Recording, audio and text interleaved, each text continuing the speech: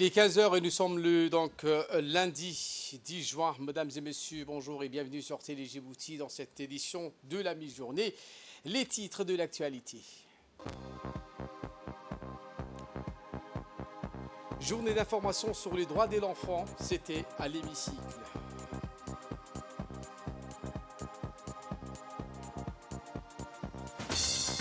Également dans l'actualité de ce 15 heures, cérémonie de lancement de la future école internationale de la protection civile à Nagad. Et dans l'actualité internationale, le ministre du cabinet de guerre démissionne du gouvernement de Benyamin Netanyahou. Voilà pour le sommaire. Merci si vous nous rejoignez sur Télé Djibouti. Un atelier d'information destiné aux parlementaires dans le cadre du mémorandum d'entente entre le Fonds des Nations Unies pour l'enfance, l'UNICEF, et le Parlement de la République du Djibouti. C'était donc sous la présidence du président de l'Assemblée nationale, Dileita Mohamed Dileita, et en présence de la représentante de l'UNICEF à Djibouti, Madame Beat Destel, en préservant et en promouvant des conditions maximales pour l'éducation et l'épanouissement de la petite enfance, de l'enfance et de la jeunesse. Nous jettons les bases d'un futur prospère pour notre pays, a-t-il déclaré. Le président du Parlement a rappelé que notre pays a été l'un des premiers pays au monde à ratifier la Convention des droits de l'enfant en décembre 1990, soit une année après son adoption par l'Assemblée générale des Nations unies. La représentante de l'UNICEF a exprimé également sa profonde satisfaction quant à l'organisation de cet atelier qui fait suite à la signature du mémorandum d'entente. Dans son discours, Mme Dastel a exprimé sa profonde gratitude envers le président de l'Assemblée nationale pour son soutien constant. Voici les propos de la représentante. La priorité nationale est de veiller à ce que chaque enfant à Djibouti puisse grandir dans un environnement sûr, sain et propice à son épanouissement. Permettez-moi de rendre un hommage particulier à vous, Monsieur le Président de l'Assemblée nationale de la République de Djibouti, mon ami, notre ami. Monsieur le Président, votre leadership est clair et votre dévouement inébranlable à cause des enfants de Djibouti sont une source d'inspiration pour nous tous. Votre engagement à travailler avec l'UNICEF pour améliorer la vie des enfants de ce pays est un exemple remarquable, je peux dire, de la manière dont les dirigeants peuvent façonner un avenir meilleur pour les générations futures. Dans son allocution prononcée à l'occasion du lancement de cet atelier, le président de l'Assemblée nationale, Dileita Mohamed Dileita, a souligné l'importance capitale de cet atelier qui aborde, a-t-il précisé, le chantier prépondérant de l'enfance et de son cadre de protection juridique. Voici les propos du président. C'est un sujet que nous savons traite autant du présent que de l'avenir de toute société. En préservant et en promouvant des conditions maximales pour l'éducation et l'épanouissement de la petite enfance, la jeunesse, n'est-ce pas, jeter les bases d'un futur prospère pour notre pays. C'est à ce titre que la République de Djibouti a été l'un des premiers pays au monde à ratifier la Convention des droits de l'enfant en décembre 1990, soit une année après son adoption par l'Assemblée générale des Nations unies. Pour notre nation, à l'instar du reste des États membres du traité, la ratification de la CDE, de la Convention des droits des enfants, garantit aux enfants presque tous les droits dont il a besoin pour s'épanouir, vivre et grandir, les bénéfices à une identité, au droit à la santé, à l'éducation de qualité et à un environnement sain. Cet inventaire non exhaustif de la portée des différents droits contenus dans le CDE démontre les domaines prioritaires dans lesquels le gouvernement a énormément investi, principalement des multiples structures telles que les écoles, les hôpitaux à travers tous les pays, y compris dans les zones les plus reculées. De plus, les autorités et les institutions de la République se sont consacrées à consolider les cadres de protection adéquats de l'enfant dans la loi et surtout devant la justice. Cette protection comporte l'adoption d'une loi qui a été instituée en 2010, de juridiction pour mineurs, la réforme inhérente au Code de la protection juridique. Mesdames et messieurs, pour concrétiser l'idéal de la promotion des droits de l'enfant, un point conséquent de cette mission sacrée est dévolu aux élus du peuple. Une responsabilité, dirais-je, aussi élargie que le rôle parental ou les politiques publiques. Les élus du peuple, en tout temps, doivent consacrer une attention significative au renforcement des efforts nationaux pour l'enfant. Lors des échanges de la matinée qui ont pour but dessein de développer vos connaissances, il serait question, entre autres, de débattre de ce qui a été accompli, de réfléchir sur les forces et faiblesses à Djibouti, des actions menées et des dispositions juridiques existantes en matière de droits de l'enfant. Et voilà qui nous ramène de parler de la deuxième partie de l'agenda de l'Assemblée nationale, cette fois-ci consacrée à l'examen du projet de loi numéro 120 de l'année 2024 de la 9e législature portant ratification de l'accord de financement additionnel pour les projets de la gestion économique et développement des statistiques. Cette séance de travail conduite par l'honorable Abdelrahman Awale Yassine, la commission des affaires étrangères élargie à la commission des finances, de l'économie générale et du plan. Le gouvernement était représenté par M. Ilyas Moussa Dawale, ministre de l'économie et des finances, chargé de l'industrie, accompagné de ses proches collaborateurs. À la suite des échanges, les commissaires ont approuvé la transmission en séance publique du projet de ratification de l'accord de financement additionnel pour les projets de la gestion économique et développement de statistiques avec un avis favorable. Examen et approbation du projet de loi sur la ratification du traité de l'IGAD par la Commission des affaires étrangères sous la présidence du député Abdelrahman Awale Yassine. La Commission des affaires étrangères s'est réunie aujourd'hui pour examiner le projet de loi le numéro 116 de l'année 2024 de la 9e législature autorisant la ratification du traité portant création de l'autorité intergouvernementale pour le développement, l'IGAD. La séance s'est déroulée en présence de Mahmoud Ali Youssouf, chef de la diplomatie djiboutienne et porte-parole du gouvernement. Après des échanges fructueux, la Commission des affaires étrangères a approuvé le projet de ratification et transmis pour une séance publique avec un avis favorable.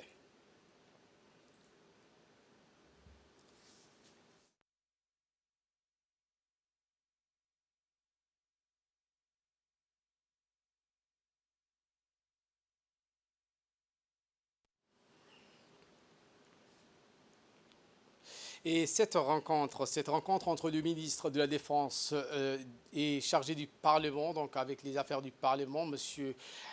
Hassan Omar Mohamed, qui a tenu donc à rencontrer le directeur de la sécurité internationale du Royaume-Uni, Nick Gour. C'était donc à l'hôtel Hassan Bassouma dans le but de réaffirmer et de renforcer les relations de défense entre Djibouti et le Royaume-Uni. Le directeur de la sécurité internationale, Nick Gour, a exprimé la volonté du Royaume-Uni de consolider davantage ses relations, soulignant donc l'engagement ferme de son pays de travailler en étroite collaboration avec la République du Djibouti. Les deux parties ont réaffirmé leur volonté d'approfondir les relations de défense entre Djibouti et le Royaume-Uni en explorant des voies et moyens de renforcer cette coopération dans divers domaines, notamment donc sur la sécurité régionale. M. Gour a exprimé sa gratitude envers le ministre de la Défense pour la visite. Il a réaffirmé son admiration à l'égard de notre pays pour l'engagement indéfectible envers la promotion de la stabilité et de la sécurité dans la région. Le ministre de l'Intérieur, M. Saïd Hassan, a reçu ce matin dans son cabinet le général des corps d'armée, Régis Kolkombe, directeur de la coopération de sécurité et de défense. Il a été introduit auprès du ministre par le directeur de la protection civile, le colonel Mahmoud Moussa Mahmoud. Un entretien qui a également vu la participation du directeur général de la police nationale, le colonel Abdulrahman Ali Kahin. L'occasion pour le général Régis Kolkombe, directeur de la coopération de sécurité et de défense, de faire part au ministre le but de sa visite. En effet, cette visite du directeur de la coopération de sécurité et de défense de Paris s'inscrit dans le cadre du lancement de l'école internationale de la protection civile en République du Djibouti. Cette école à vocation régionale sera construite à Nagad et sera sous la direction de la protection civile. C'est la raison pour laquelle les deux chefs de corps de la sécurité étaient présents à l'événement. Une collaboration fructueuse entre autres et un soutien matériel et technique de la police nationale au profit de la direction de la protection civile afin que cette école voit le jour. Pour sa part, le ministre s'est dit heureux d'accueillir cette bonne nouvelle qui devra permettre, selon lui, de rehausser non seulement la formation des personnels de la direction de la protection civile, mais aussi d'accueillir des officiers des pays de la région et du continent afin de peaufiner leur formation dans le domaine de la sécurité et de la sûreté. La coopération sur la protection civile a franchi un nouveau cap. En effet, ce matin, à la direction de la protection civile, nous avons assisté à cette cérémonie de lancement de la future École internationale de la protection civile à 6 heures du matin. Le directeur de la protection civile, le colonel Mahmoud Moussa Deheye, a reçu à son enceinte le général de corps d'armée Régis Kolkombe, directeur de la coopération de sécurité et de défense. Il était donc assisté à ses côtés par le directeur général de la police nationale, le colonel Abdulrahman Ali Kahin. À son arrivée donc à la caserne des pompiers de la protection civile, le général a effectué une revue de troupes des éléments de la protection civile. Après le salut du drapeau, le général du corps d'armée, M. Régis Kolkombe, directeur de la coopération de sécurité et de défense, et la délégation qui l'accompagnait se sont dirigés au bureau du directeur de la protection civile, le colonel Mahmoud Moussa Mahmoud.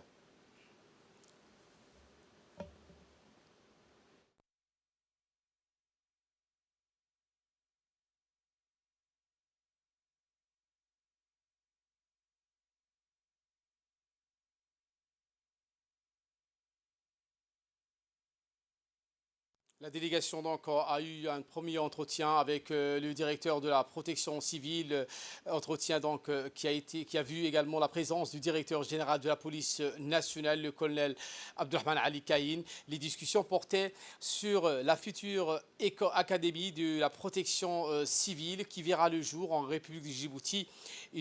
Une école donc, qui a une vocation régionale, une école d'excellence où seront formés les éléments de la protection civile sur les techniques de sécurité et de défense. Cette école accueillera éventuellement des officiers des pays de la région pour y suivre des formations académiques. Bien, en effet, ce matin, cette même délégation s'est ensuite dirigée vers Nagad pour voir de visu les endroits où les chantiers se dérouleront, où l'école verra également le jour.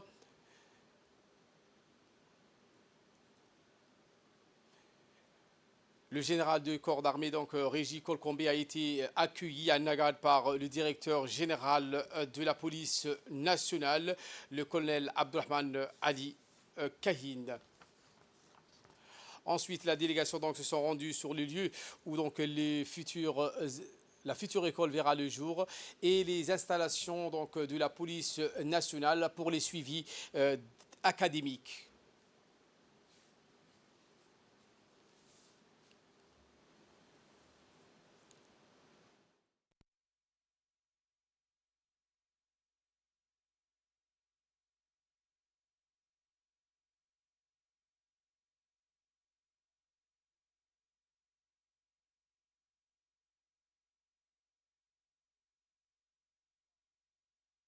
Les endroits où seront construites cette école.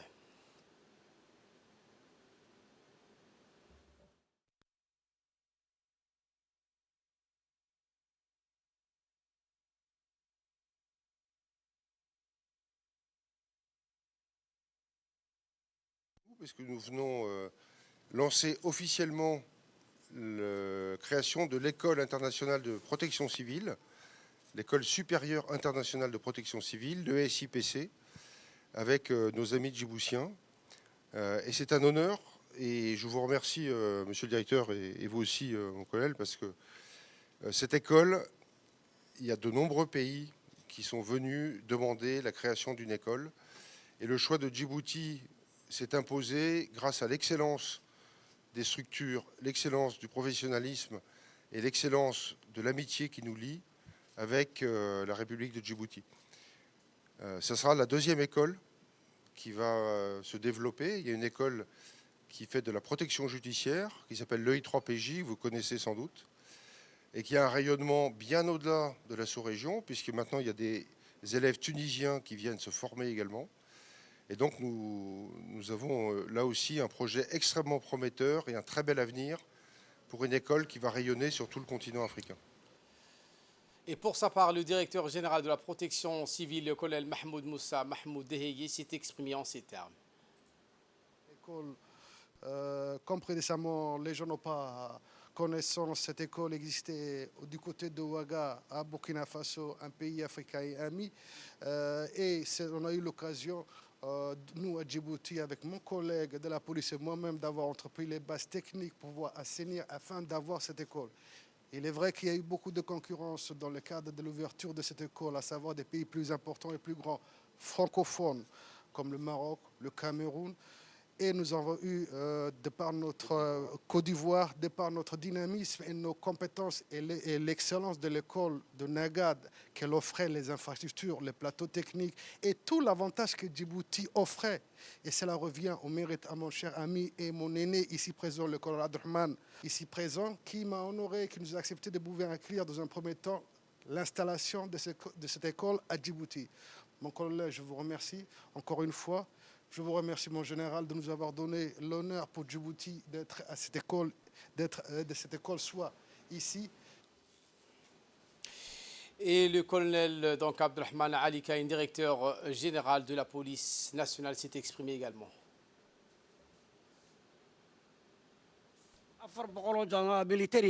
ayaa joogo wax ku barta gardakoodka wax ku barta bombiyogana way ku bartaan horteedba way ku baranayeen iskoolka kahorba way ku baranayeen kolka waxa weeyaan iskool national weeyaan national regional imikana international buu noqday avec les pompiers pompiers iyo booliisku waxay ahaan jireen sida ku sheegay colonelku maxamuud ciidan qura imikana ciidankii quraha uun baan nahay kolkuu dab wada dhaco ee siiraanta lagu dhigto dabka.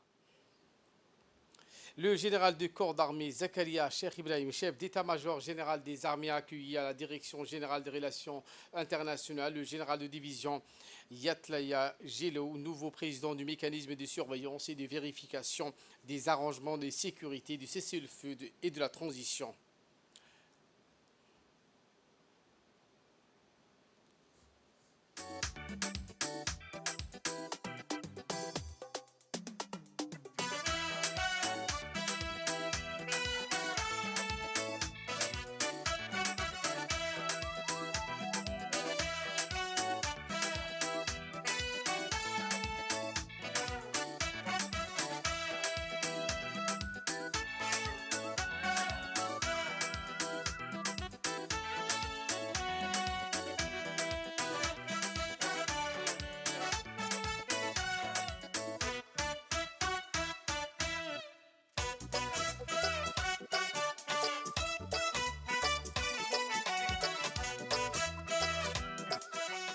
Eh bien, cette rencontre marquait une première prise des contacts entre les deux parties au cours de laquelle divers sujets d'intérêt commun ont été abordés.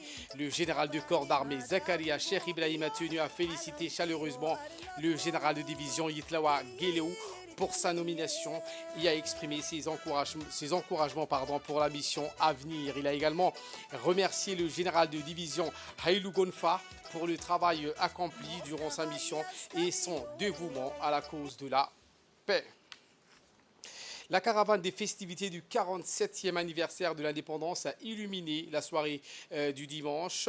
Le centre de développement communautaire de Hadjididi, avec un programme riche et varié, L'événement emblématique a rassemblé la communauté du quartier 1 et 2 dans une célébration joyeuse de notre histoire et de notre identité nationale.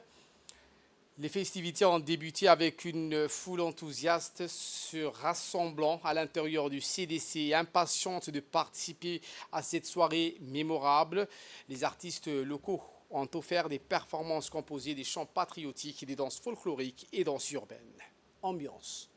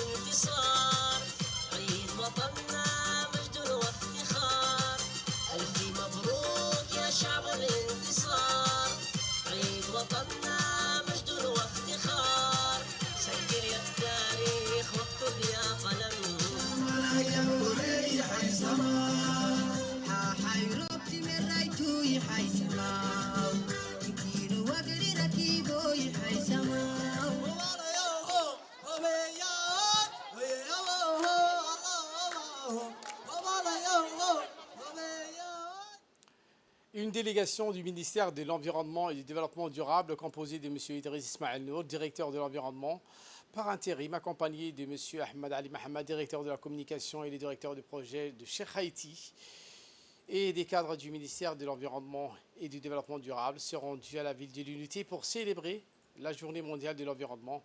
C'était dans la ville de l'Unité. À leur arrivée à Dikil, les responsables du ministère se sont déplacés pour la commémoration de cette journée de l'environnement qui a démarré le mercredi 5 juin. Cet événement inaugural a rassemblé divers acteurs locaux et nationaux. Nous reviendrons en images sur cette information. Et dans l'actualité internationale, je vous le disais en titre, le ministre du cabinet de guerre israélien Benny Gantz a démissionné dimanche soir du gouvernement d'union dirigé par le Premier ministre Benjamin Netanyahou lors d'une conférence de presse tenue à Tel Aviv. Il a appelé Netanyahou à organiser des élections anticipées dans le plus bref délai. M. Gantz, qui a rejoint le gouvernement le 7 octobre, a fixé au 8 juin la date limite pour que Netanyahou élabore un plan d'après-guerre pour Gaza, faute de quoi il quitterait la coalition. Il a toutefois reporté la conférence de presse qu'il devait donner ce samedi. Plus de 37 000 Palestiniens ont été tués depuis cette guerre, cette offensive sur Gaza, dont une majorité de femmes et d'enfants, et près de 84 500 autres ont été blessés, selon les autorités sanitaires locales. Voilà pour l'essentiel de ce 15h. Merci à vous de nous avoir suivis et très bon suivi des programmes sur Télé Djibouti.